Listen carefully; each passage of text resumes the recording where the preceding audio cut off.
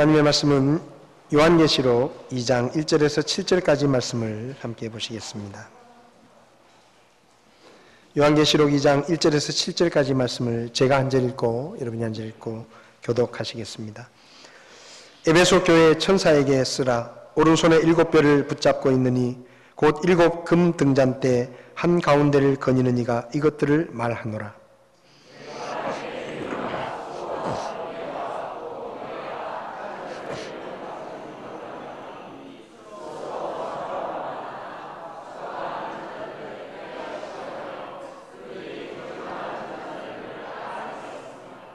또 참고 인내하며 내 이름을 위해 수고하고 낙심하지 아니하였느니라.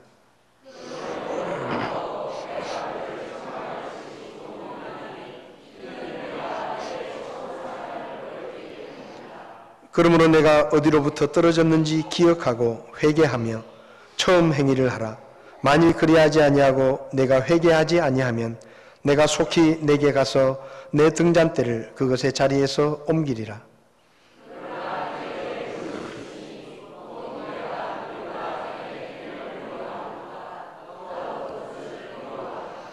귀 있는 자는 성령께서 교회들에게 하시는 말씀을 들을지어다. 이기는 자에게는 내가 하나님의 낙원 한가운데 있는 생명나무에서 나는 것을 주어 먹게 하리라. 아멘. 서신 채로 잠깐 기도하겠습니다. 지금도 살아계셔서 우리를 보시고 아시고 우리의 형편에 따라 주의 말씀을 통해 우리에게 교훈을 주시는 하나님, 이 시간 저희가 교회 창립기념 감사주일을 맞아 하나님의 말씀을 함께 나눕니다. 주의 성령께서 우리에게 꼭 필요한 말씀을 주시고 이 말씀을 하나님의 말씀으로 듣게 하시고 들을 뿐만 아니라 믿고 순종할 수 있도록, 그래서 우리 교회가 하나님을 기쁘시게 하는 주의 몸된 교회가 될 수 있게 도와주시기를 기도합니다. 부족한 종을 붙들어 주시고 주님이 친히 써주시옵소서. 예수님의 이름으로 기도했습니다. 아멘. 자리에 앉으시기 바랍니다.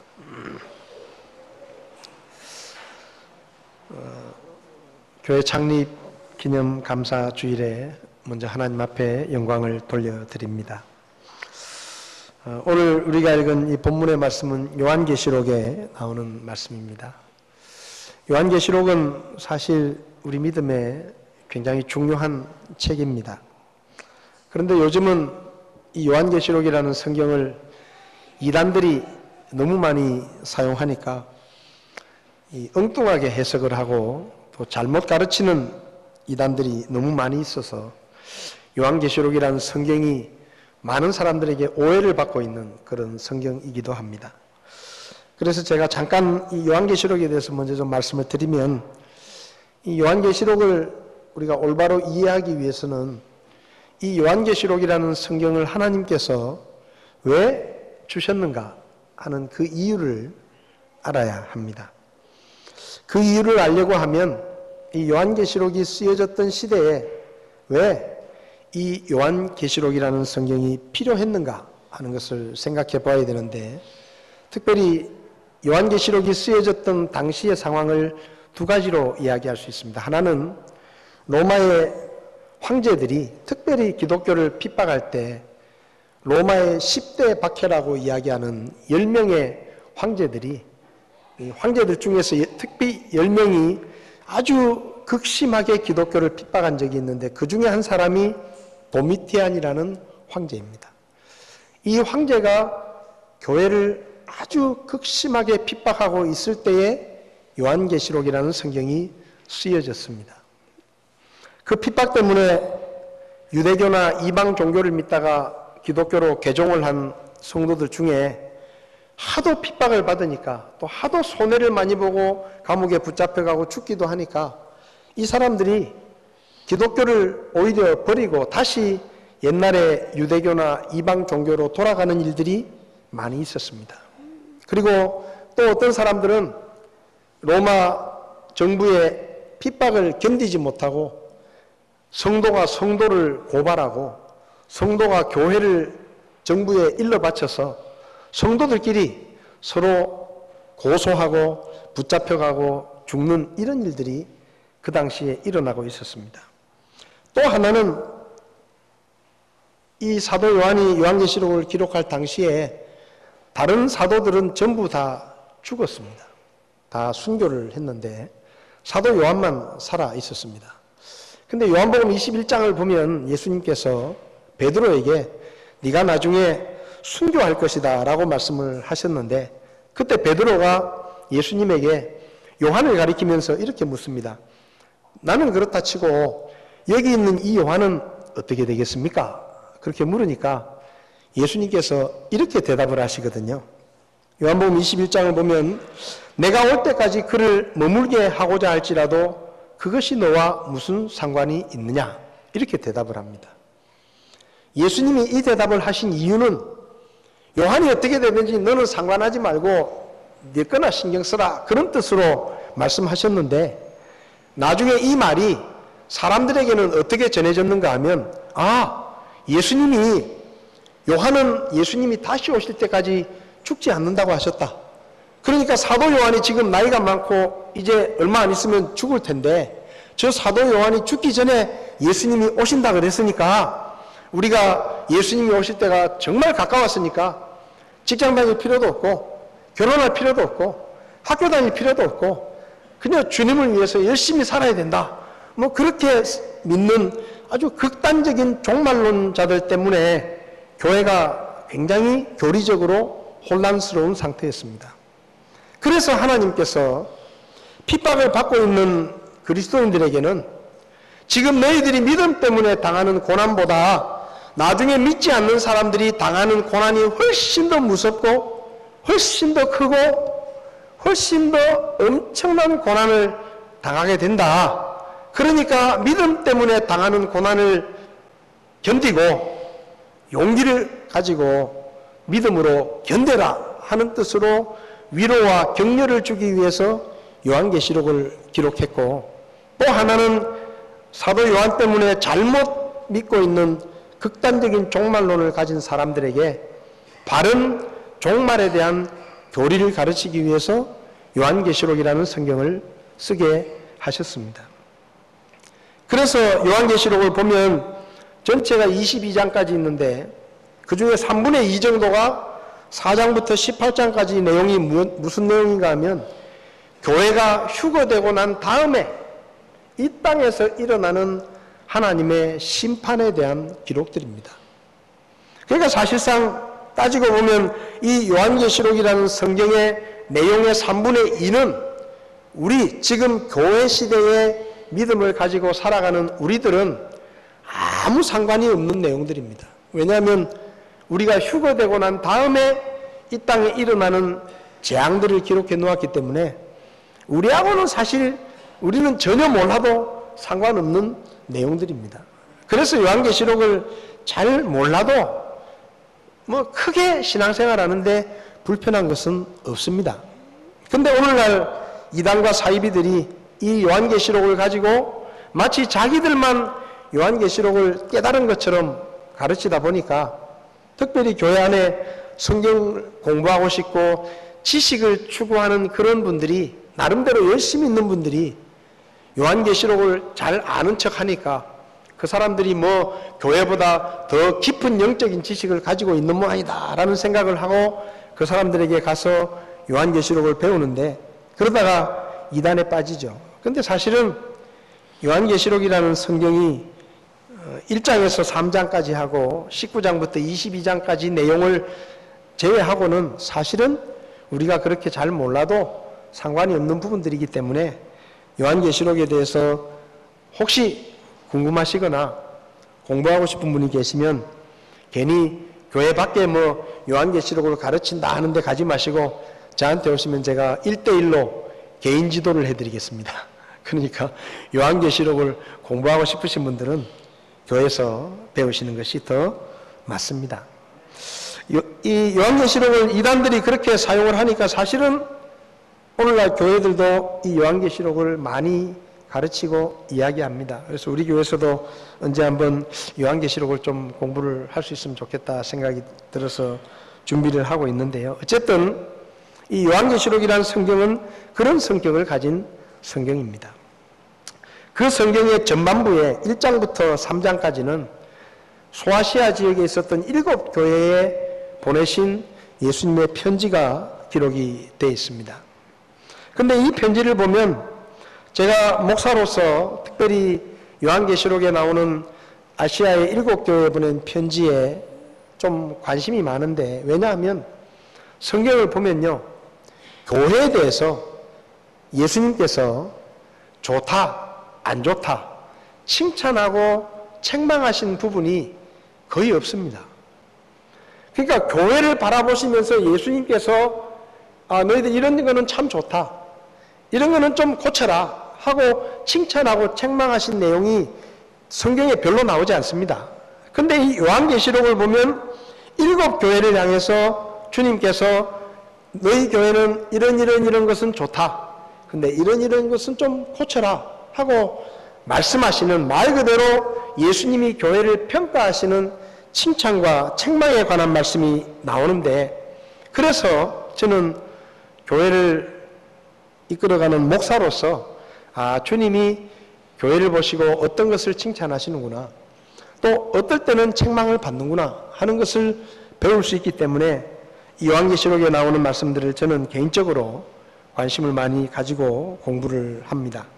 오늘 저는 특별히 에베소 교회를 살펴보면서 주님께서 에베소 교회에 편지를 보내시면서 칭찬도 하시고 책망도 하셨는데, 오늘 저는 책망의 말씀은 제외하고 왜 주님께서 에베소 교회라는 교회를 칭찬하셨는가, 무엇을 칭찬하셨는가 하는 것을 좀 함께 살펴보면서 우리 교회가 주님 앞에서 칭찬받는 그런 교회가 되기를 원하는 그런 마음으로 이 말씀을 좀 함께 살펴보려고 합니다. 오늘 이 말씀을 보면 몇 가지 교훈을 배울 수 있는데, 첫 번째는 교회 주인이 예수님이시다라는 것을 볼 수가 있습니다.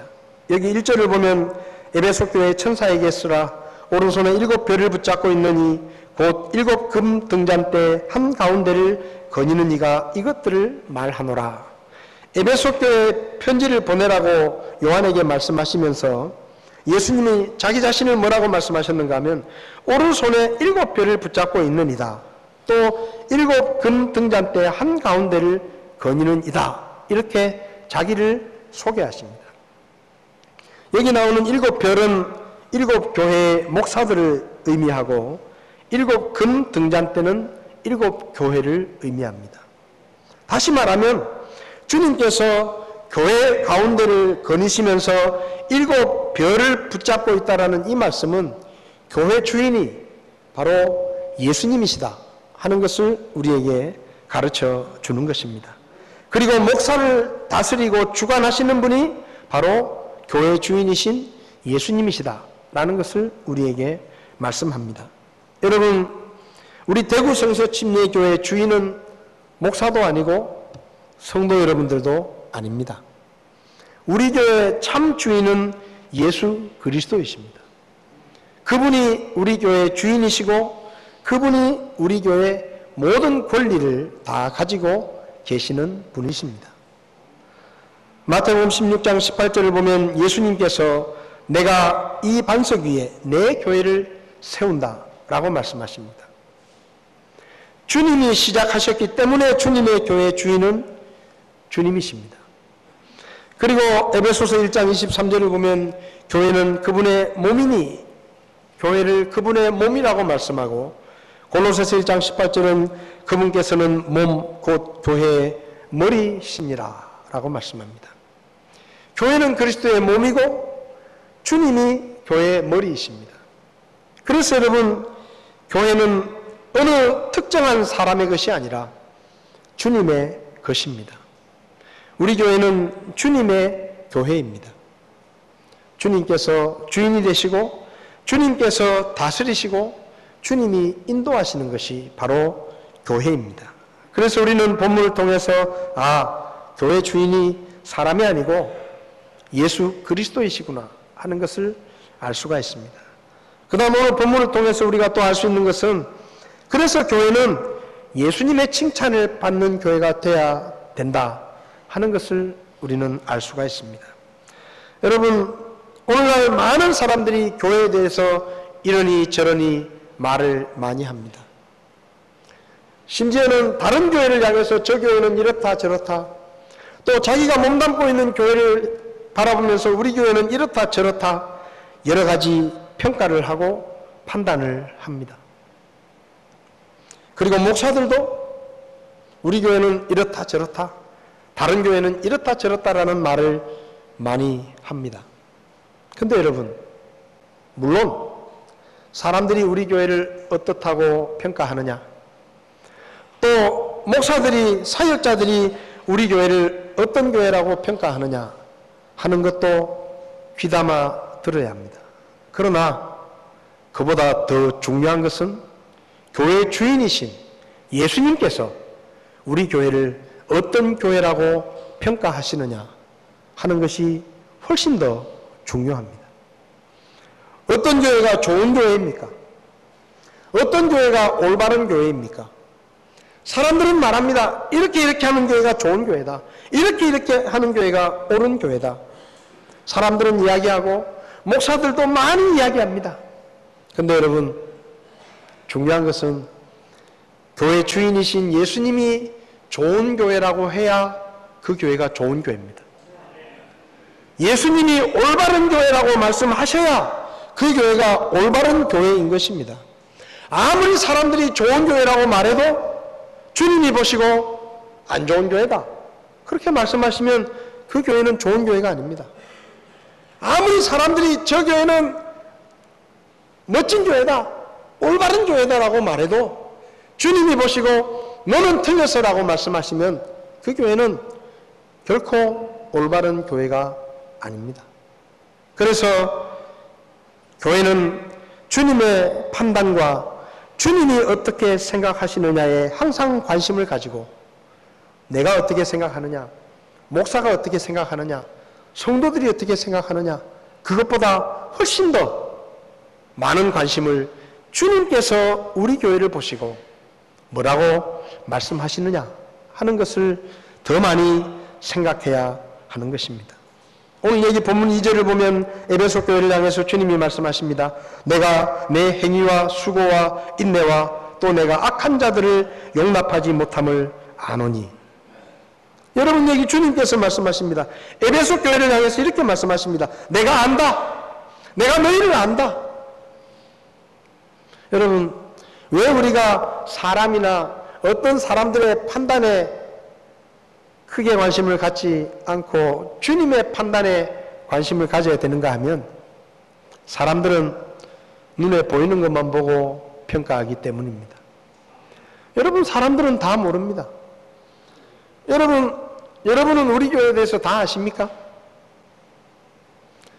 우리 교회에 몸담고 있는 여러분들도 어떤 면에서는 우리 교회에 대해서 아는 것도 많이 있으시겠지만 모르는 것도 있을 것입니다.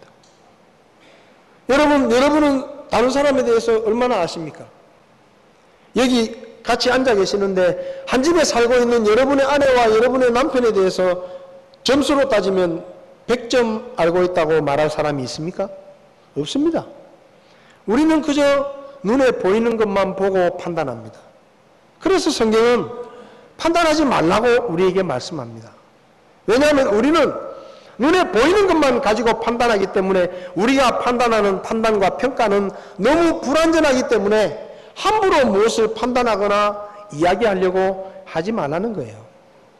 그런데 주님은 여기 말씀처럼 에베소 교회를 향해 주님이 말씀하십니다. 내가 다 안다.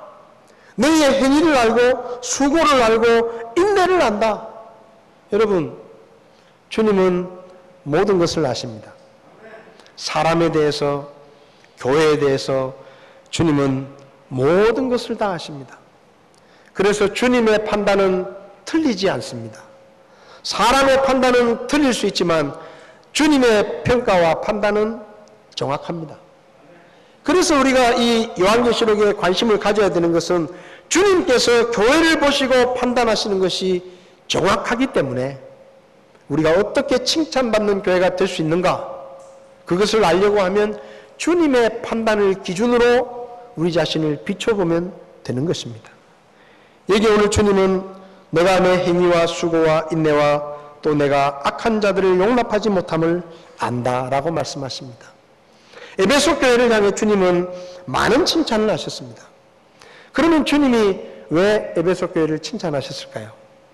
저는 우리 교회도 에베소 교회처럼 이런 칭찬을 좀 듣는 교회가 되었으면 좋겠습니다. 첫 번째로 주님이 에베소 교회를 칭찬하신 이유는 에베소 교회 성도들에게 믿음에 합당한 삶이 있었기 때문입니다. 여기 주님은 말합니다. 내가 내 행위와 수고와 인내를 안다. 여기 주님이 말씀하시기를 내가 내 행위를 안다. 네가 어떻게 행동하는지를 안다. 무슨 말입니까? 에베소 교회 성도들은 믿음과 합당한 일치하는 삶을 살았다는 말입니다. 에베소 교회 성도들은 머리로만 믿는 사람들이 아니고 말로만 믿는 사람들이 아니고 머리로 믿고 말로 믿는 것을 행동으로 실천하는 믿음을 가지고 있었다라는 말입니다. 믿음 따로 행동 따로가 아니라 믿음이 그들의 삶을 변화시키고 행동을 변화시키고 가치관을 변화시켜서 그들이 믿는 대로 말하고 행동하고 살았다라는 것입니다. 오늘날 우리는 교회들에 대해서 또 성도들에 대해서 혹은 목회자들에 대해서 수많은 뉴스들을 듣습니다. 엊그저께도 황당한 뉴스가 있었습니다. 들으셨을 것입니다.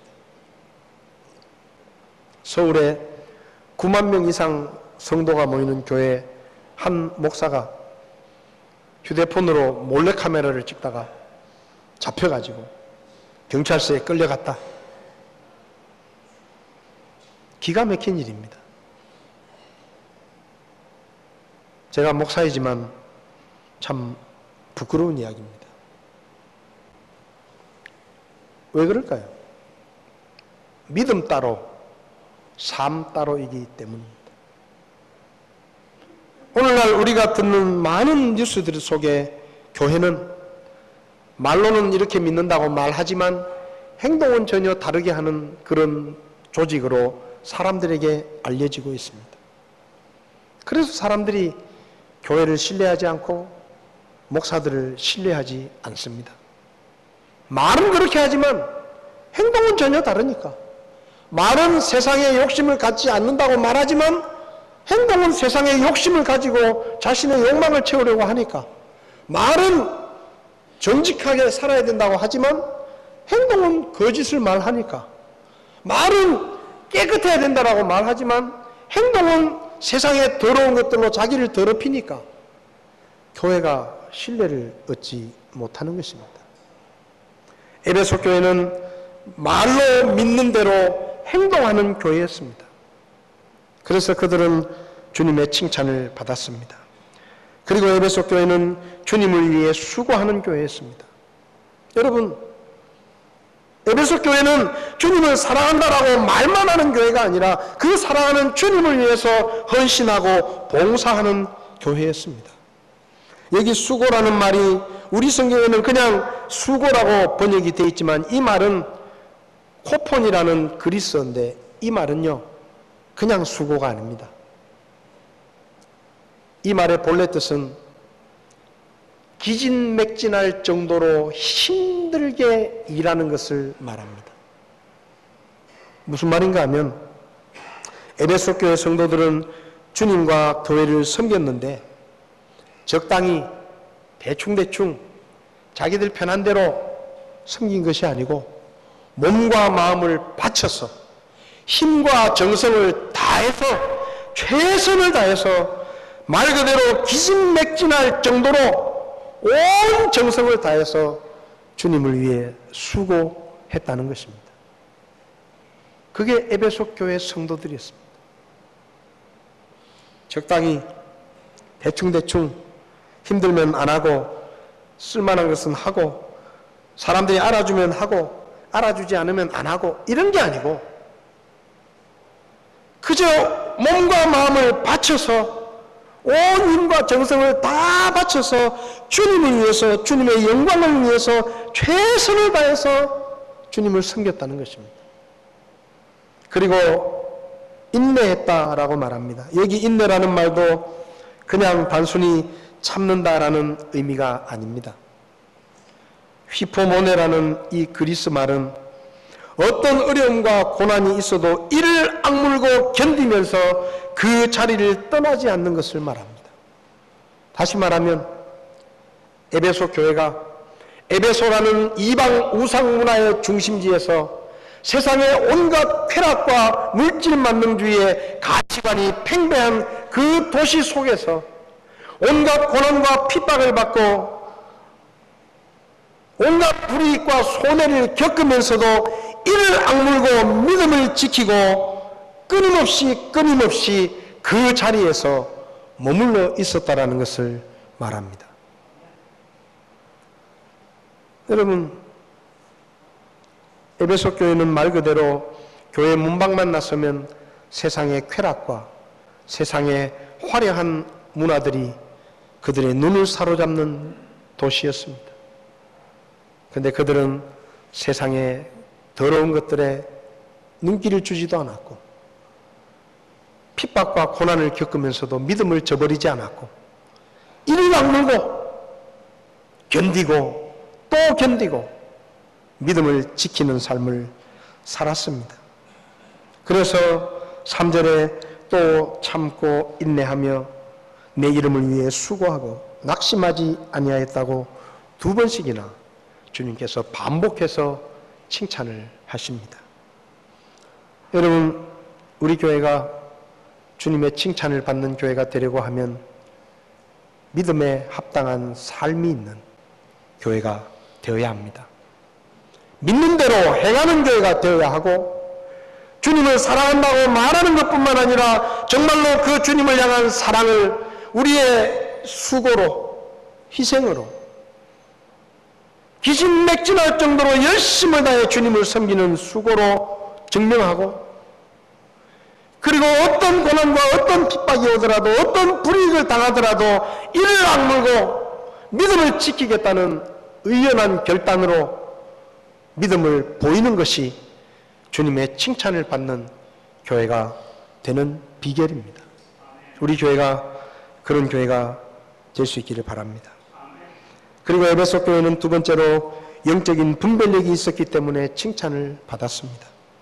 에베소 교회는 사회 문화적인 환경뿐만 아니라 영적인 환경도 좋지 않았습니다. 에베소 교회는 세속적이고 더러운 것들로 가득한 이방 도시에 있었기 때문에 얼마든지 세상의 누룩들이 교회로 들어올 수도 있었습니다.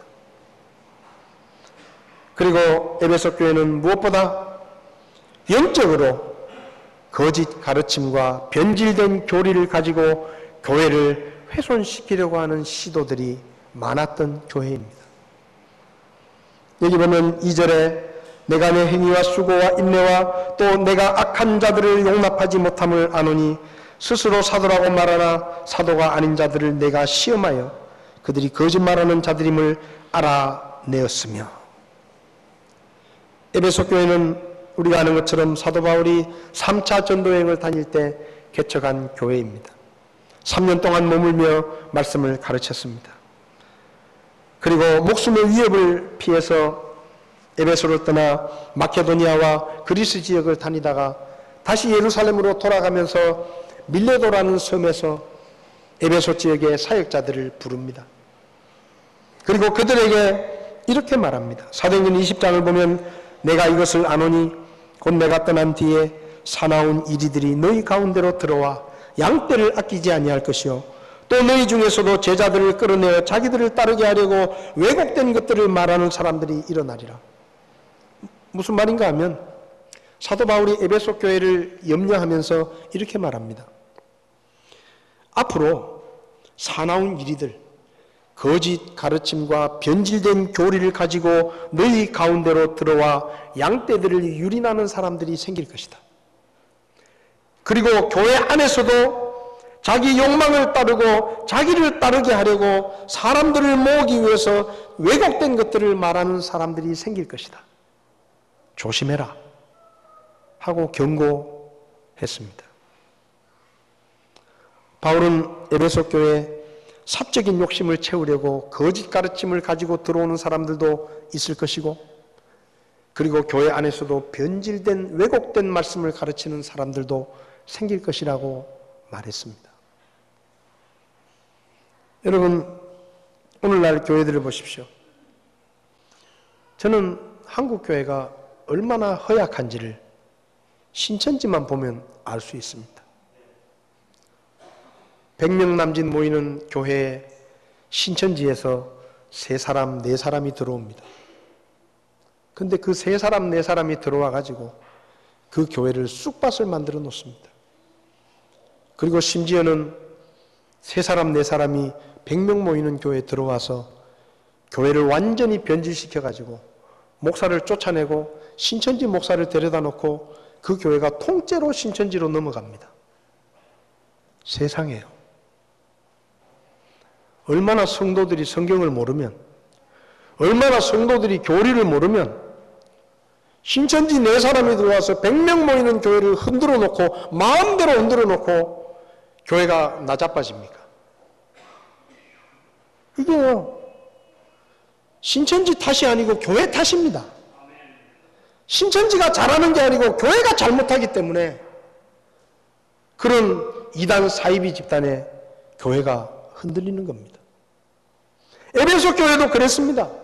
잘못된 가르침과 잘못된 교리를 가지고 들어와서 교회를 흔들려고 하는 사람들이 교회로 들어왔는데 성경을 보면 그 사람들을 용납하지 않고 시험에서 알아내가지고 쫓아냈다라고 성경은 말합니다.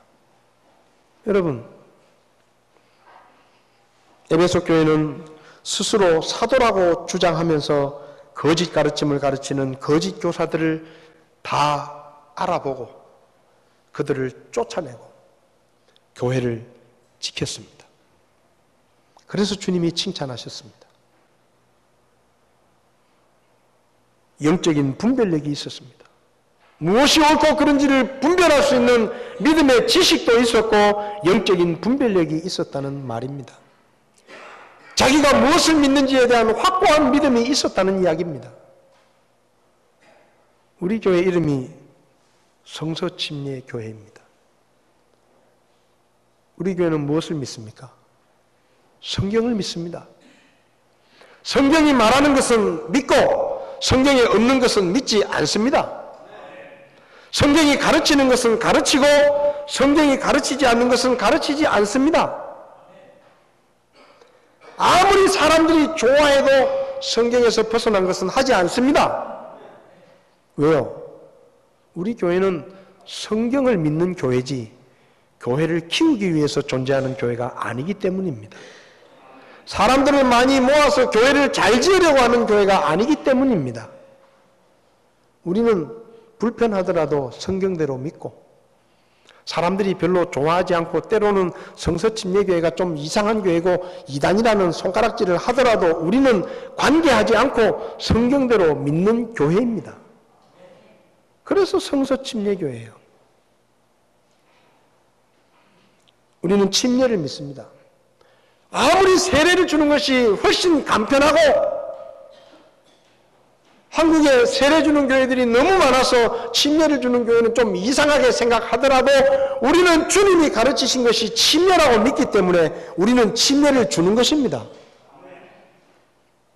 왜요? 성경이 그렇게 가르치니까. 여러분들이 성서침례교회가 무엇을 믿는지를 알고 교회를 다니셔야 됩니다. 교회라고 아무 교회나 가면 되는 게 아닙니다. 교회라고 다 똑같은 교회가 아닙니다.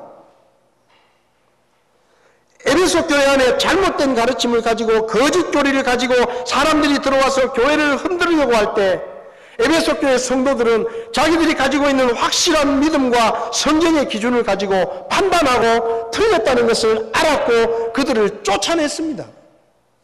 그래서 교회를 지켰습니다. 우리 교회라고 예외가 아닐 것입니다.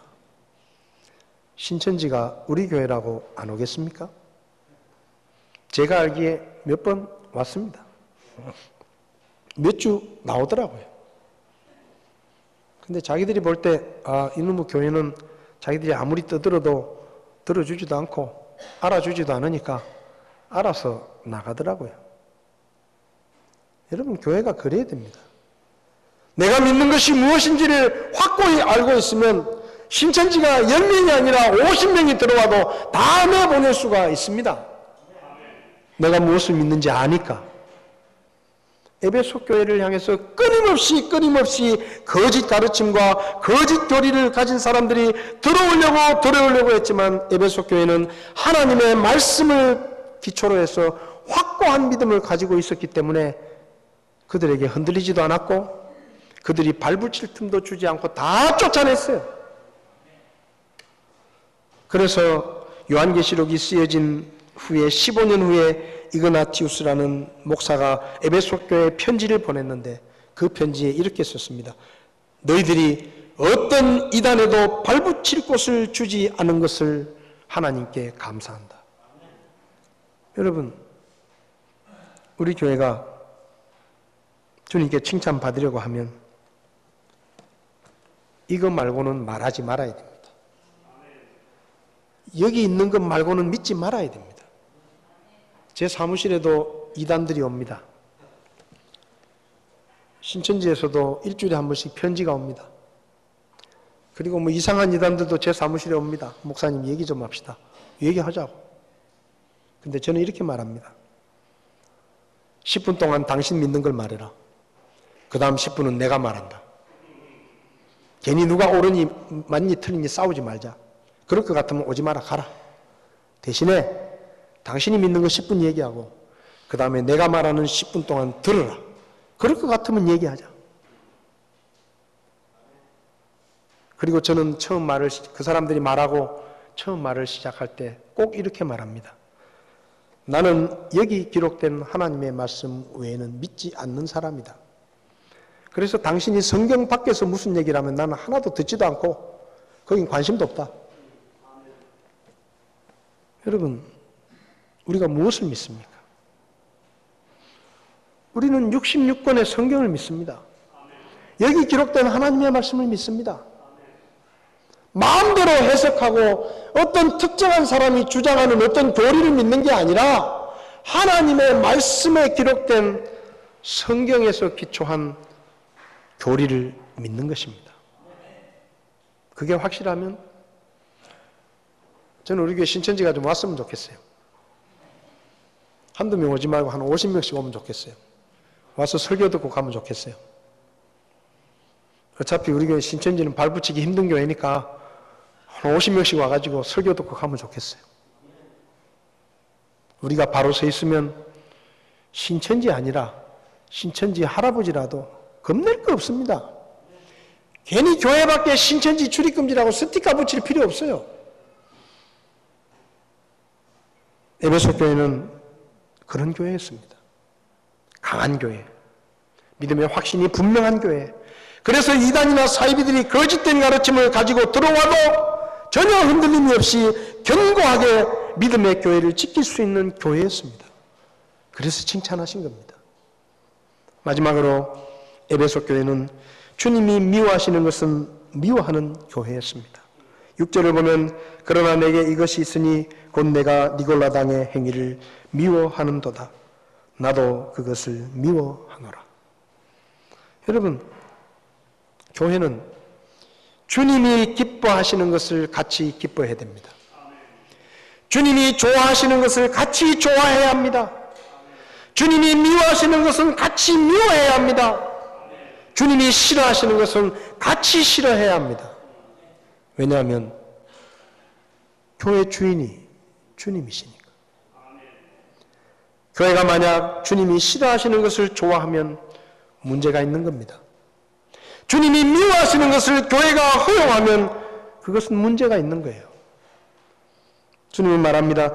네가 니골라 당의 행위를 미워했는데 나도 그것을 미워했다. 내가 미워한 것을 너희도 미워했다. 니골라 당은 무엇입니까? 니골라 당은 당시 에베소와 버가모 지역의 교회들을 괴롭히던 이단 분파 중에 하나였습니다. 니골라 당이 가르치는 핵심은 무엇이었는가 하면 구원받은 성도들은 더 이상 율법에 얽매일 필요가 없다. 그래서 율법을 지킬 필요가 없다. 그래서 마음대로 살아도 된다. 또 하나는 우리의 영은 이미 구원받았기 때문에 우리의 영은 선하고 몸은 악한 것인데 악한 육체가 악한 일을 하는 것은 당연한 것이다. 어쩔 수 없는 것이다.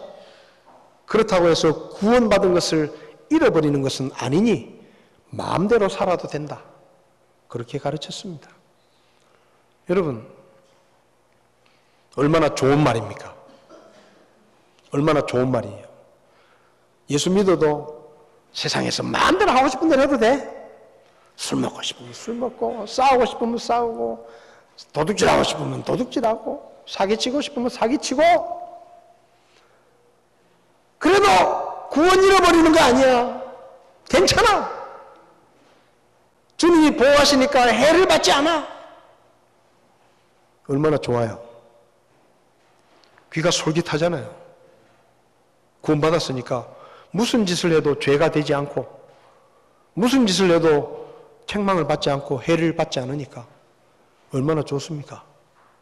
천국은 가는 거예요. 이왕 가는 거니까. 천국 가면서 세상에서 즐길 거 다 즐기고 할 거 다 하고 세상 쾌락을 다 누리고 그렇게 살아도 주님이 보호해 주시니까 그렇게 가르쳤어요.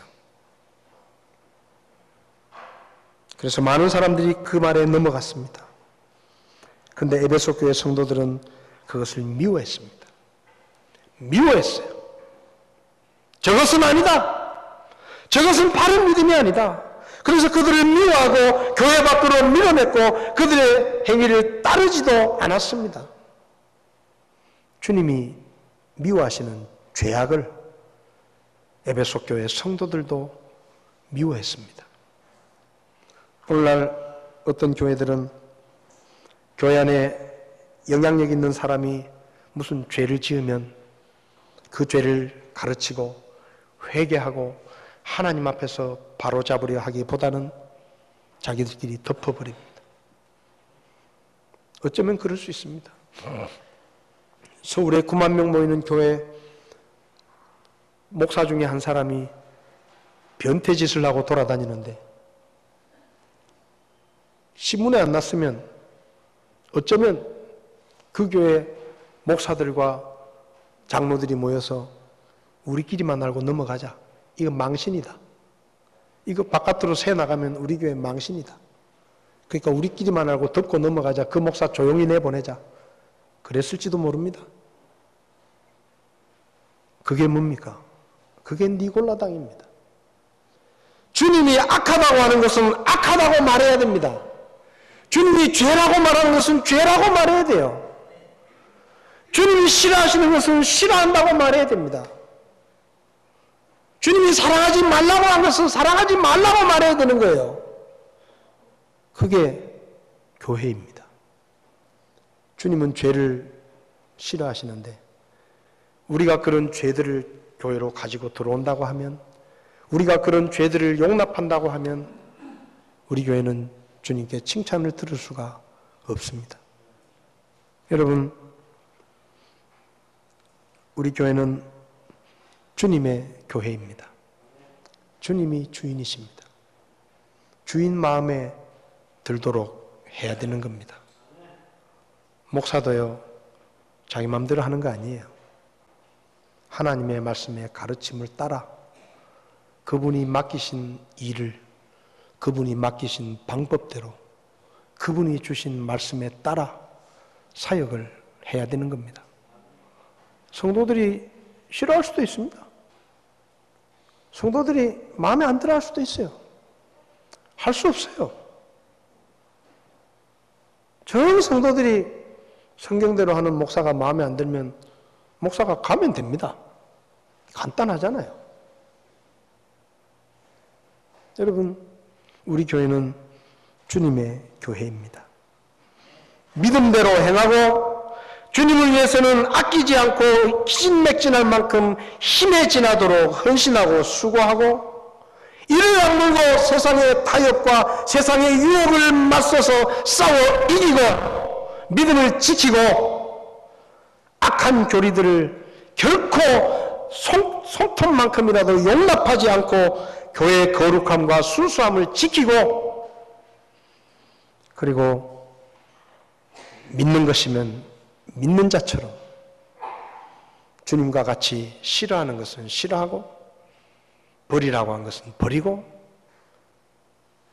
미워하는 것은 같이 미워하고, 주님이 기뻐하시는 것은 불편하더라도 같이 기뻐하며 행하고, 그것이 주님이 칭찬하시는 교회입니다. 저는 우리 교회가 사람들이 어떻게 말하느냐, 제가 보기에 어떤 교회이냐, 그것보다, 여러분이 보기에 우리 교회가 어떤 교회인가 하는 것보다, 교회 주인이신 예수 그리스도께서 우리 교회를 어떻게 판단하시는가, 교회를 넘어서 나 한 사람을 어떻게 평가하시는가, 그것을 늘 기억하면서 주님 앞에 칭찬을 들을 수 있는 그런 믿음의 삶과 믿음의 모습이 있는 저와 여러분들과 우리 교회가 될 수 있기를 바랍니다. 기도하시겠습니다. 다 눈을 감으십시오.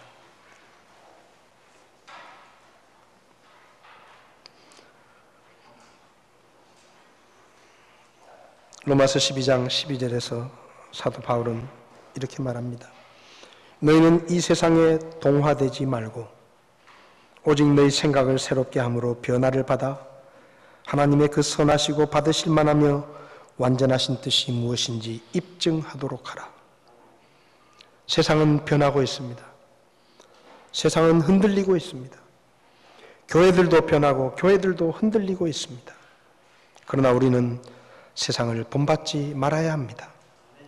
우리는 주님의 교회로서 믿음에 합당한 삶을 살아야 하고 주님만을 위해 충성을 다해야 하고 이를 악물고 견디며 믿음을 지켜야 하고 거짓 교리들이 우리 교회 안에 발붙이지 못하도록 영적인 분별력을 갖추어야 하고 주님이 싫어하시는 것, 미워하시는 것은 함께 미워하며 멀리해야 합니다.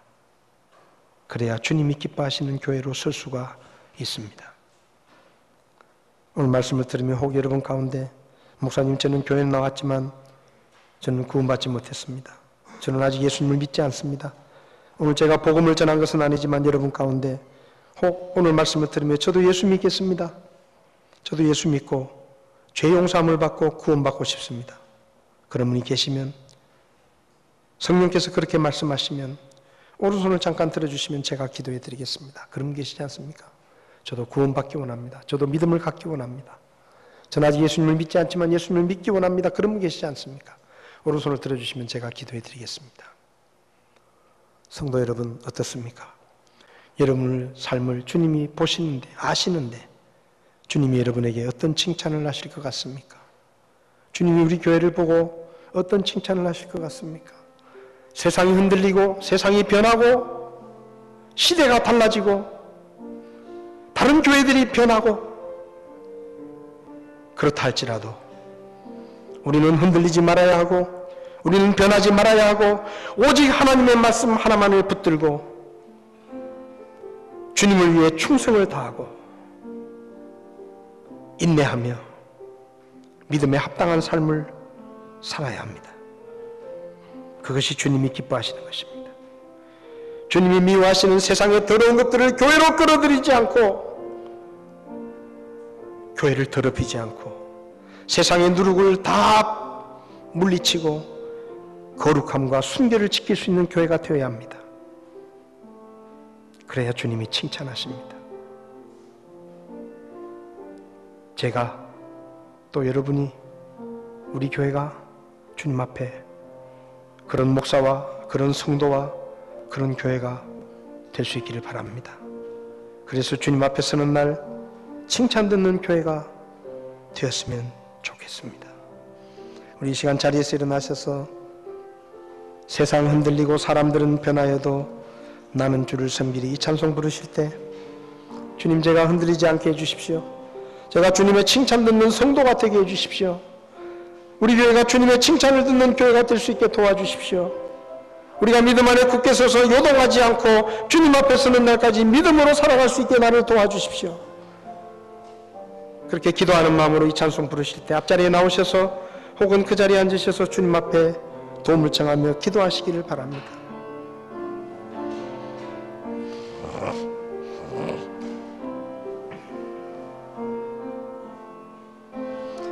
세상은 들리고 사람들은 변하여도 나는 주를 섬기리. 주님의 사랑은 영원히 변하지 않네. 나는 주를 신뢰해. 오직 믿음으로, 오직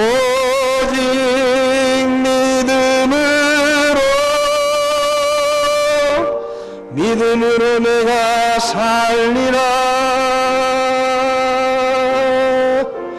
오직